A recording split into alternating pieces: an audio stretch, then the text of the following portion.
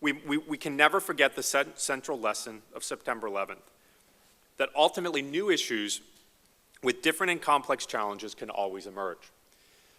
So in the context of the fire at Browns Ferry, as I said, it was a maintenance practice that turned out to have actually the potential to increase risk at the plant. After 3 Mile Island, it was the importance of understanding this human-machine interface, and after September 11th, it was ultimately this idea of intentional actions could contribute to significant challenges to nuclear safety. Now, this again was a significant paradigm shift, because traditionally, the initiating events for incidents at nuclear power plants were considered to generally be random, either equipment failures, random acts of nature, such as hurricanes, tornadoes, these types of incidents. Now we had the potential for intentional actions. And this is something the Commission had looked at. It was not first developed after September 11th, but we had a whole new set of possible areas to consider. And ultimately, fundamentally, what the Commission really said was that a lot of the ways you deal with these things are the same as how you would deal with actions that may be more of a mechanical failure or a natural disaster, but that we had to think about these initiating events and what kinds of changes they would take and make in a slightly different way. I hope that this discussion has demonstrated how our nuclear safety and security mission requires us ultimately to evolve in response to new information and experiences. And that turns me to the most recent significant piece of new information we have, and that has to do with the recent events in Japan. All of these events have ultimately served to transform in fairly fundamental ways how we understand the nature of nuclear safety and security and what we need to do ultimately in order to protect the public. The recent events in Japan have potentially raised new concerns and the possibility that our understanding of nuclear safety may further evolve based on what we learned from these events. Well, at this point, we don't yet have the information to definitively say what those lessons may be. We have the responsibility ultimately to conduct a very comprehensive review to determine whether there are lessons and what they are. I can assure you that this safety review will be systematic and methodical and will be conducted with the appropriate sense of urgency. And I expect that there will be lessons that have learned.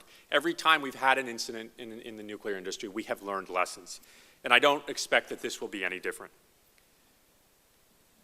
And to conduct this review, the Commission has established a senior-level task force to help us determine whether there are areas for our agency to make improvements to our regulatory system. The task force will have a short-term review that's being done to see if there are any immediate concerns that need to be addressed. And then ultimately, as we gain more information about what happened in Japan, we'll conduct a longer review of the situation. Both the reports from this and the short-term and the longer-term reviews will be made public so that people can see the basis and the analysis of what the Commission has looked at. I think it's important, though, right now to ultimately that we recognize that we need fundamentally to take the time to fully understand the situation in Japan and to identify the full range of questions that we need to answer and develop the appropriate response. As the task force completes its initial review and the Commission begins to decide how to best move forward, I believe it is vital that we have stakeholders remaining vitally engaged in the process. Ultimately, with the benefit of the NRC staff's expert review and the dialogue with our stakeholders that will follow, I'm confident we'll take the actions necessary to ensure the continuing safety of the American people. And I should note that at this time, we haven't seen anything that would tell us that there's an immediate change or an immediate safety concern with any of the plants that we operate in this country. But we certainly have seen reminders, even just in the last few weeks, of how the kinds of events or the initiating events of the situation in Japan, how those have manifested themselves here.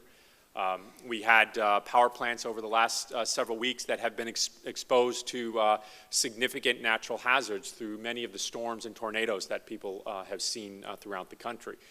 By and large, those plants have responded the way that they're designed to deal with those kinds of situations. But I think that'll be good information for us to look at as we compare what happened in Japan with what kinds of changes we may need to make here in the United States. So I think as we move forward with this review and other initiatives, it's always important that we keep an open mind. We never should grow complacent, and we should always remain open to new information and experience that may ultimately challenge but enhance our existing assumptions and views. And it's precisely that open and questioning attitude that enabled us to learn from Browns Ferry, from 3 Mile Island, from September 11th. And it's ultimately, I think, what will allow us to learn whatever lessons there need to be from the events in Japan. And I think this is nothing different from what we've seen in science throughout its development.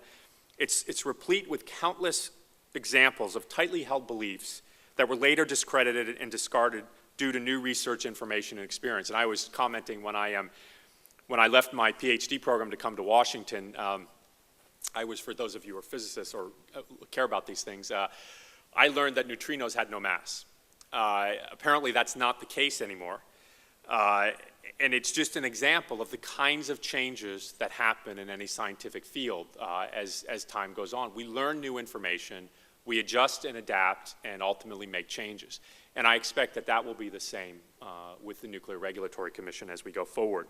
And I think ultimately, it's part of what makes this interesting and what we do, and how this constant interface between science and public policy continues to present interesting and challenging issues for us to tackle. And it's ultimately that sense of intellectual curiosity and questioning that motivated my interest in science as a graduate student.